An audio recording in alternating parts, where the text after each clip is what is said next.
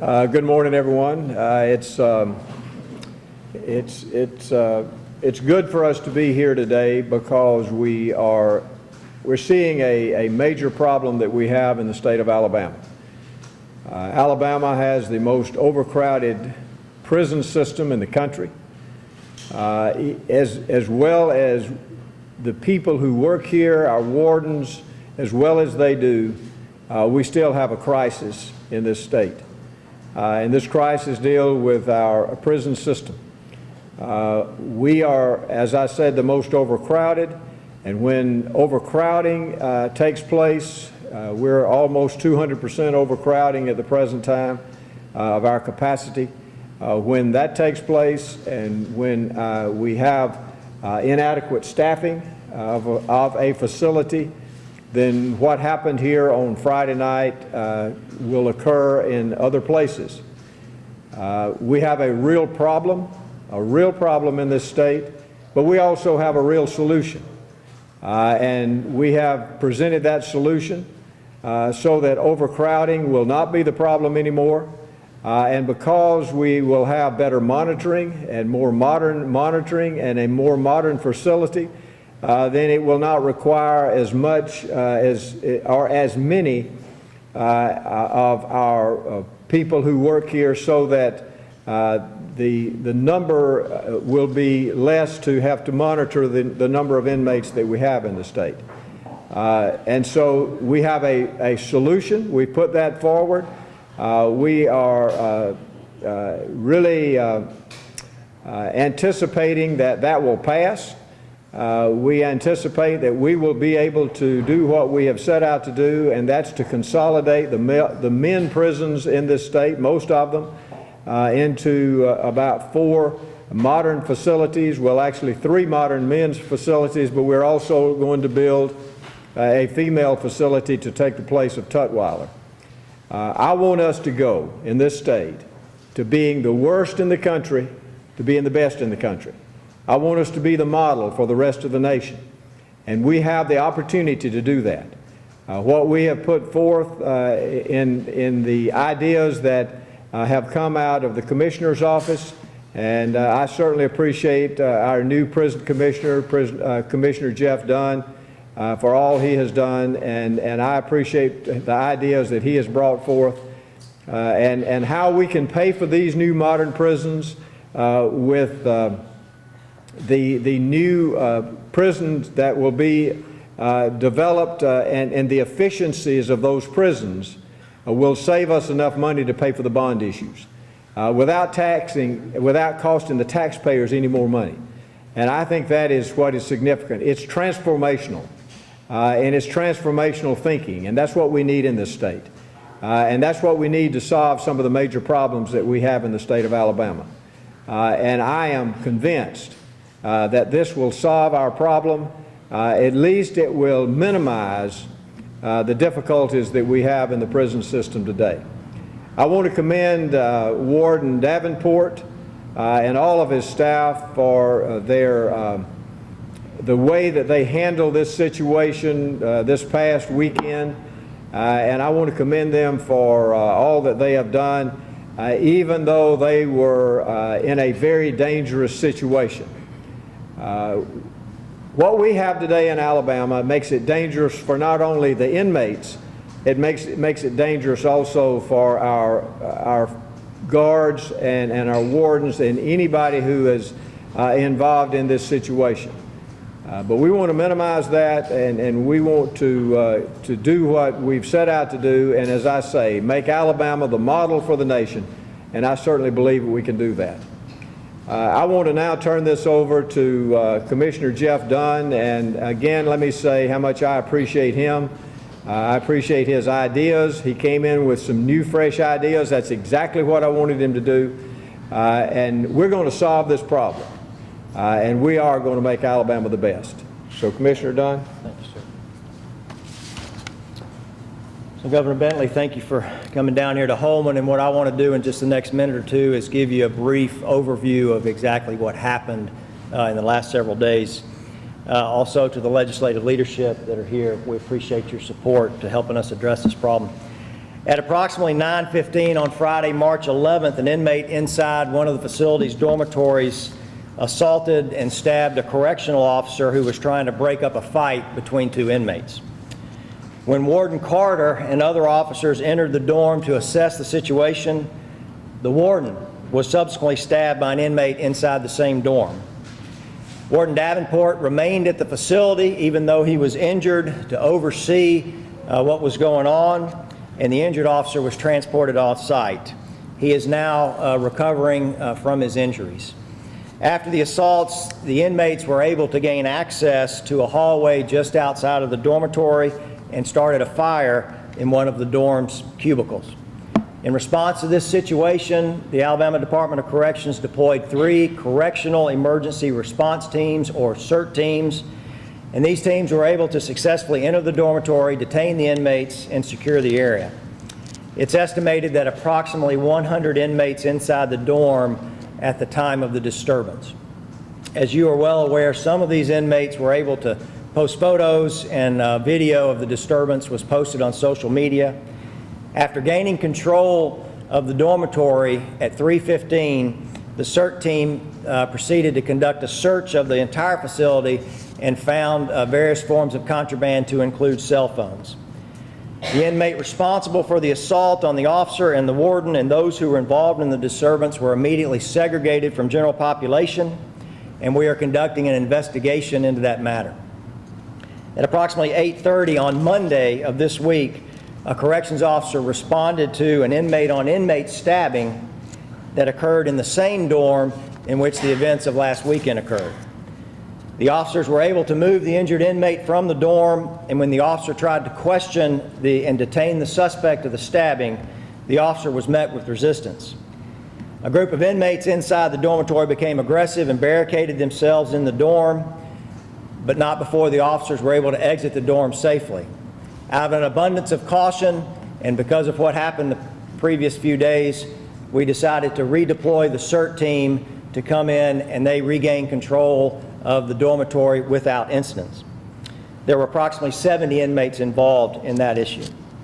The Alabama Department of Corrections is committed to helping partner with the governor to solve this problem, and yesterday, after the CERT teams regain control of the dorm, they will remain on site until such time as we deem necessary. The dormitory is secure, Holman Prison is secure, and the public safety is assured. In closing, I too just want to commend Warden Davenport and his team. They did an outstanding job in a very difficult situation. They were unwavering in their professionalism, they applied their training, and because of that, they are safe with us today. I also want to express my appreciation to the officer that responded to the initial incident Friday night and who was subsequently assaulted. As I mentioned, he is recovering from his injuries, and we hope to have him back at work soon. At this time, I'd like to turn it over to Senator Cam Ward for a few comments. Thank you, Commissioner. Thank you, Governor, and Representative Baker, Senator Albritton. You know, we toured here today, and you look around, and the first thing you think about is we're very lucky. Warden Davenport's leadership and the leadership of his officers here prevented this from being a much bigger tragedy than it was. You cannot continue to maintain a correctional facility and call it public safety if you're working in 20th century facilities, but yet you're trying to provide 21st century correctional services. You just can't do it. Tomorrow, the legislature, the Alabama General Fund Senate Committee, will debate the recent bond issue the governor's proposed for new facilities in Alabama.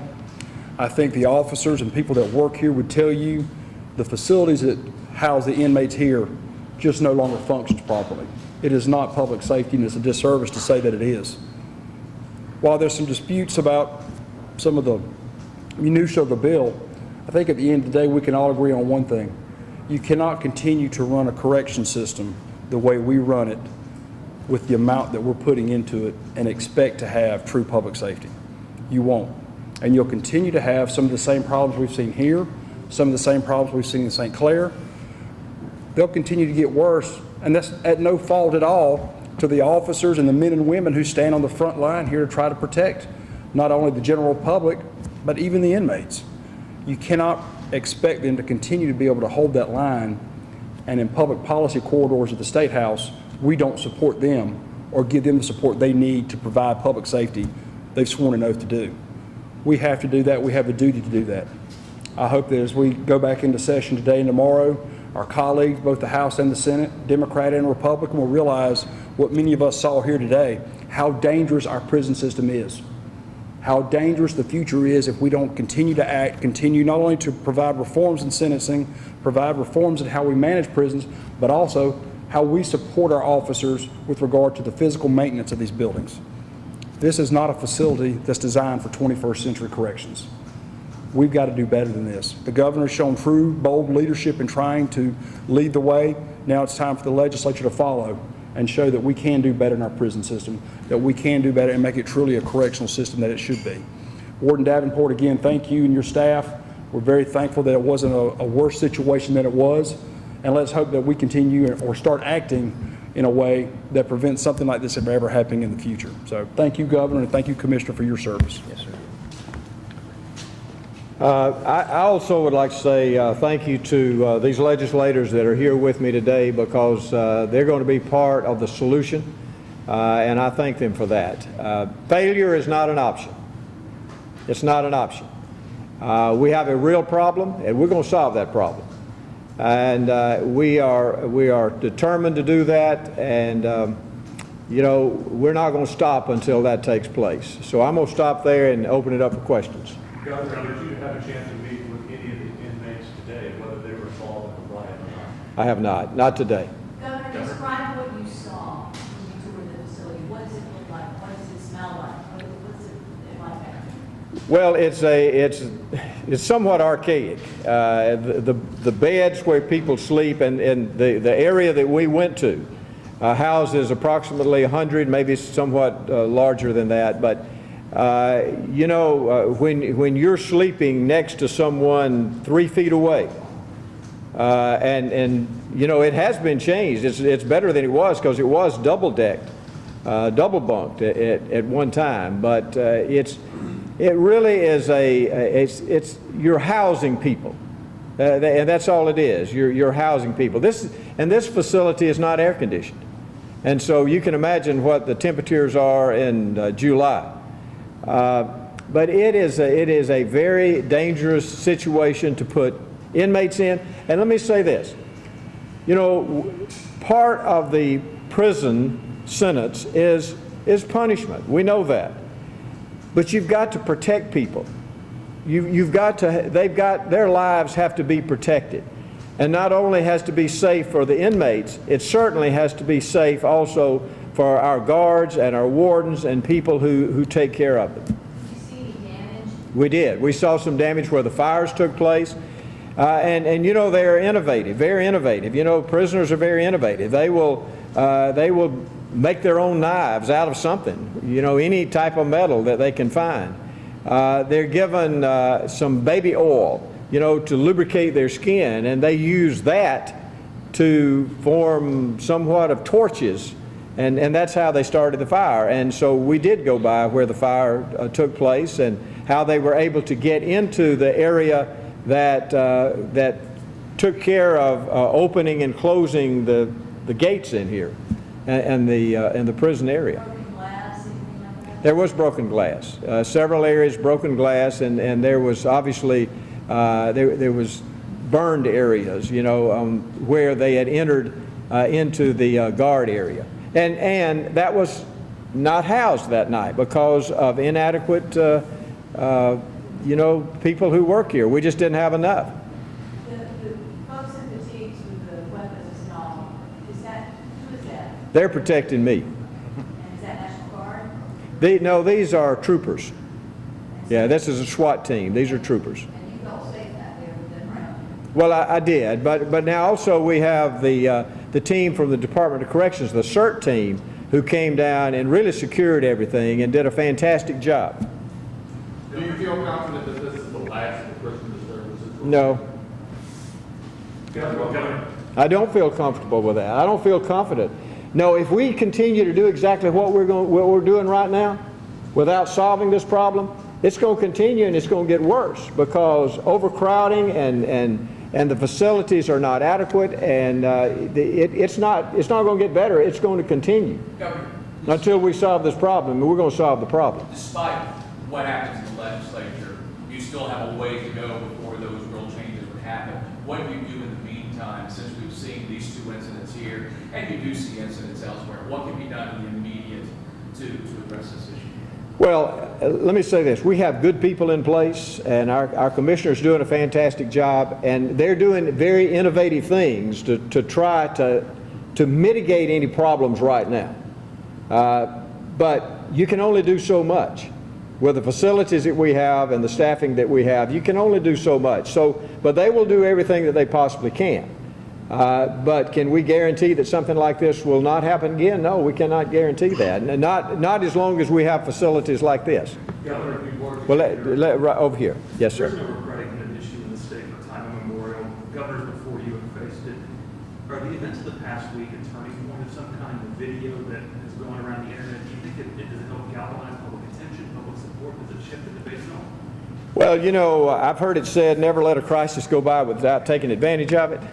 But we were already solving this problem long before this took place. Sure, but does it change public interest in it? And does it allow you to build some more momentum in the legislature that might have been Yes, it probably does, and we hope that it does. We hope that this gets the public aware of the real problem that we have in this state.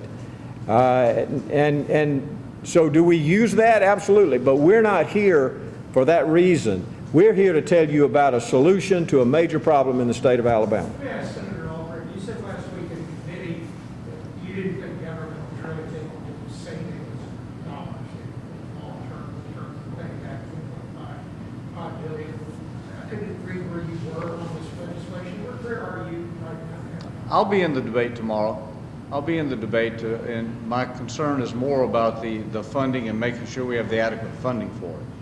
But do you support the legislation at this time? We are here in a dangerous situation. This is dangerous for the inmates, but also dangerous for the employees and the people and my constituents that live here. We have to do something, yes. Governor, as you work against your new prisons after this year or so, how do you know that in 5 years they won't be overcrowded? Well, one of the good things that we're trying to do in the state, and the legislature tackled this last year, and I want to thank Senator Ward and also Representative Mike Jones. They spearheaded this, one in the House, one in the Senate, and the legislature passed some prison reform last year. We need to continue to look at that. We need to try to keep minor offenses out of prison, and that's one of the things we're working on. We also, if we have some new modern prisons, we can help these people be trained. We can help with our 2-year college systems being close by to our prisons to help train prisoners. It ought to be a Department of Corrections, and when they get out, we hope that they'll become productive citizens. And if they can get a job, they're more likely to do that. For Commissioner Dunn, how is this building made what happened here Friday? Answer that. How is a new building prevent or stop or deter what's got out of control there? Yeah, I think on the other side of this wall, what you would see is a long corridor in which the sight lines are not very good.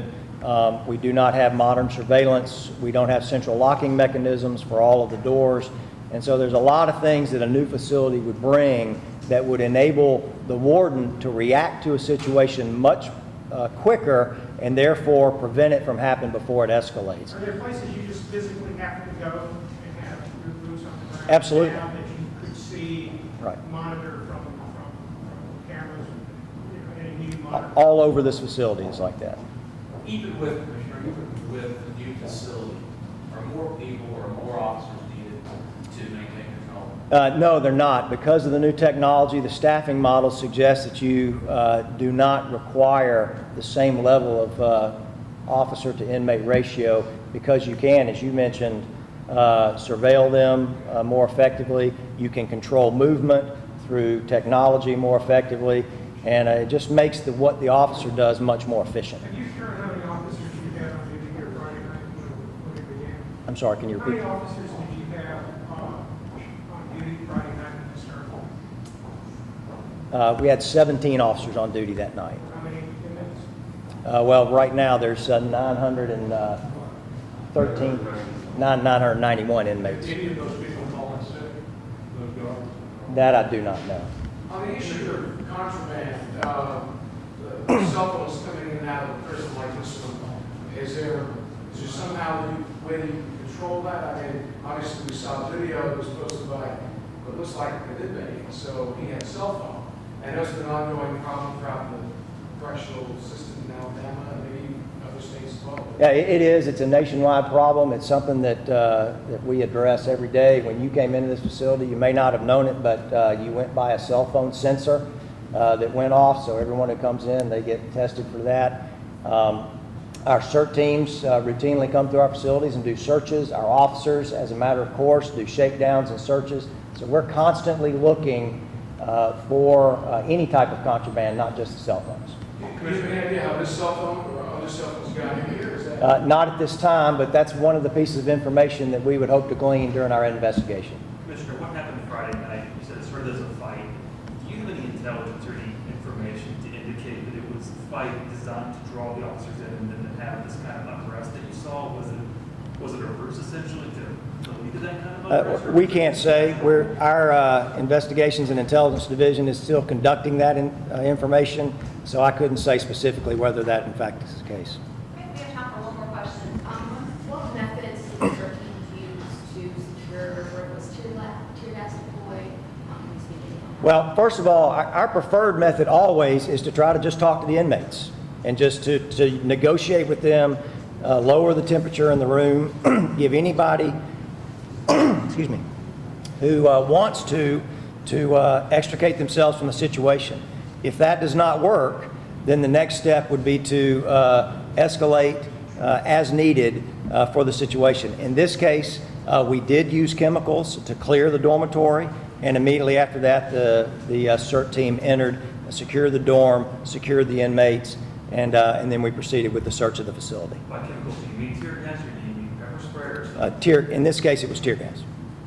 Senator, can you tell us realistically what are the chances of getting together this package as just I think there's a real good chance. I think, yeah, I would say so. And I think, first of all, for the sake of the lives of the people that work here, when you hear 17 officers mixed up versus 991 inmates are charged or overseeing, I think that's a reality check for the legislature and hopefully something they'll heed to. Yeah, I think the chances are better than even. Yes, absolutely. Great. Thank you, Governor. Thank you, Okay.